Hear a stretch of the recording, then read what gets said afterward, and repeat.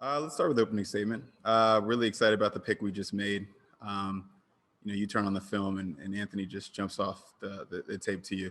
We like to think about the wide receiver position in terms of dimensions. Thematically, what is he added the room? What has he added the group? And we love the vertical presence, and he's not your typical track guy. He's got a run after catch mindset. He wants to finish plays, and you don't always see that from guys like that. So we love the dimensions he brings to that room, the competition he brings to that room, and you give somebody like Kevin, a person who has ability to add dimensions to our offense. I think we can see great value on the field. So with that, any questions? Thank you, Kwesi. Our first one will go to Tom Withers. Thanks, Rob. Thanks, Kwesi. You just referenced it a little bit. How much did you guys miss that dimension in the offense last year, especially after Odell and JoJo got hurt? Kind of that speed guy that you can do so many different things with. Yeah, sure. I mean, look, you miss a guy like Odell Beckham in an offense, you're going to miss a lot of things, not just the vertical presence, but somebody like Kevin knows how to find that vertical presence different ways. And so we had to figure out different ways to do it last year. But again, yeah, to your point, you add somebody like Anthony, it just gives you that dimension again, and you can play around with different matchup combinations and just figure out ways to stress the defense.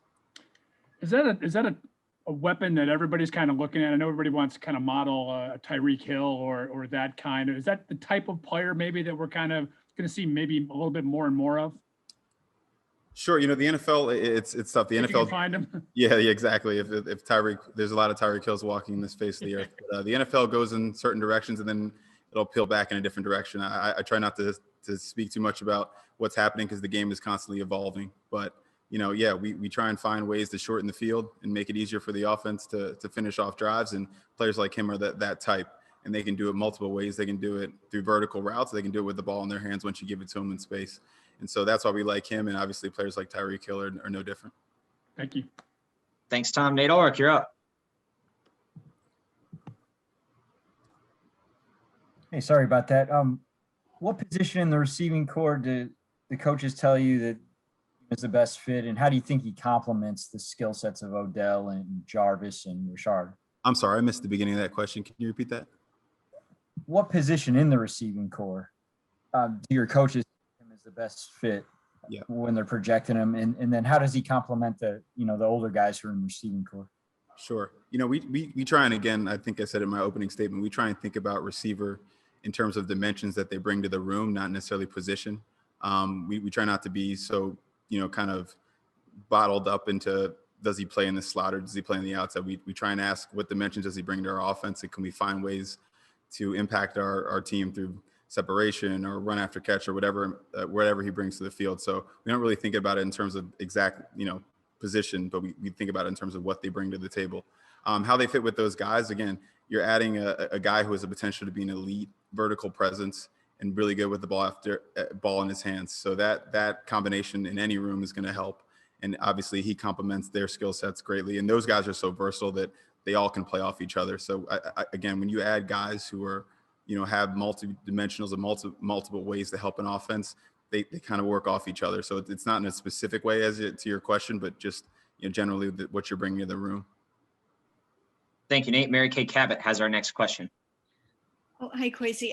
I'm already getting texts from people saying, why receiver? How are they going to get, all these receivers on the field, especially for a team that plays, a lot of two tight ends and things like that. So just wondering, what's your answer, to something like that? Sure. If you've heard Andrew talk about the draft, people always think about the draft in terms of 1 year horizons, but you're really drafting for this year, but also for multiple year horizons, right? And so there's needs that are going to come in your organization that you never know when they come about. And so you want to be prepared. And ultimately it's about the value of the player that you see and versus where you are picking in the draft. And so we just thought it was a good opportunity to add a really good player to our team for the value. And you leave it to Kevin to figure that out. And, Kevin's really smart and he's really good, and he'll find a way to add productive players and make them useful in our offense. And I would have to think that somehow you'll find a way to get 4.25 speed somewhere on the field. If we can't, we're probably doing it wrong. Thanks. Thanks, Mary Kay. Scott Petrick, go ahead. You said that he's not just a track athlete. You mentioned a couple of times he's good with the ball in his hands. What do you like about his run after catch, or if it's handing him the ball, What did he do well? I think it's mainly a mindset. He's trying to finish off plays. He's trying to outrun angles when he gets in space. And a lot of guys, obviously when they went on a vertical route and they're in a separate position, they can finish it off. But we're talking middle of the field when he tries to take an intermediate ball all the way to the house. Again, we're trying to shorten the field. That's how, to win in this league, you need to create explosives and not consistently have to earn it against these good defenses. And so that's what we're trying to add players who allow us to do that.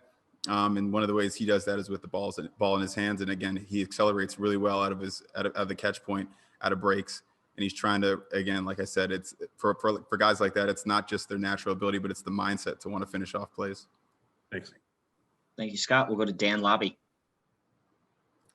Hey, Kwesi, I guess I had kind of a similar question about that mindset. When you see that 4.25 speed, I'm sure it catches your eye, but do you almost have to make sure you don't fall in love with just that when you're kind of looking at this guy and scouting him? Absolutely. Absolutely. That's one of the things we always try and again, we have such a rigorous process.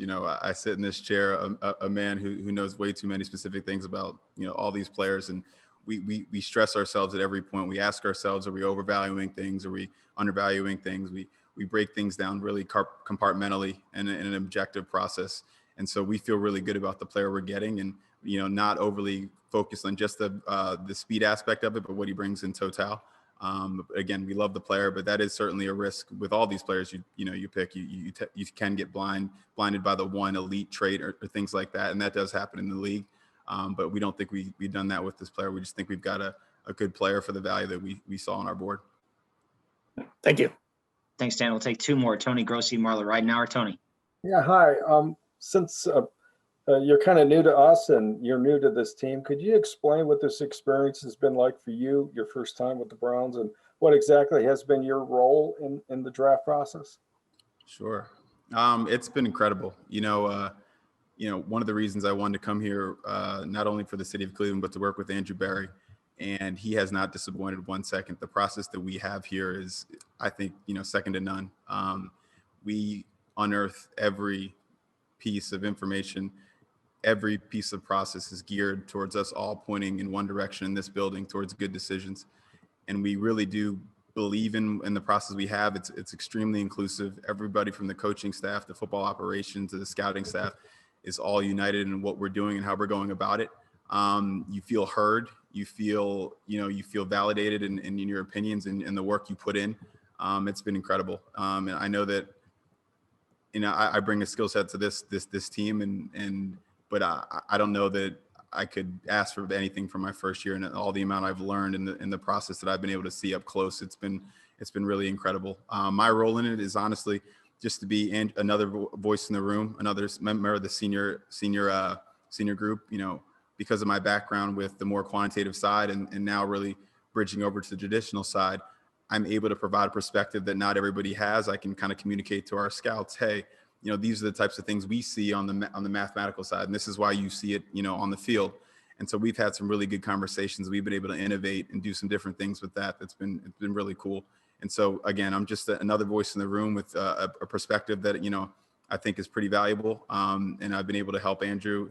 But these guys, they've been putting a process together for years before I got here. It's been really impressive to see up close and appreciate, they'll look at you and be like, hey, how is this? And I'll be looking at them like, this is incredible, guys. Like you've done a great job. So it's been awesome to be a part of it. And who was the person who finally championed, let's get an offensive player on this team that after all these defensive guys? We had Kevin tied down in his office. We didn't tell anybody that, but yeah, no, again, not to be cliche, but you don't know your needs. Your needs can sometimes hit you before you're ready to fill them. So a lot of times you're just doing planning. You're trying to plan for probabilities that you don't know exist yet. And so what we do is we try and do our best to figure out the board, figure out how good these players can be and where the value we see is to take the player. And so it really is just sort of a matching function at that point.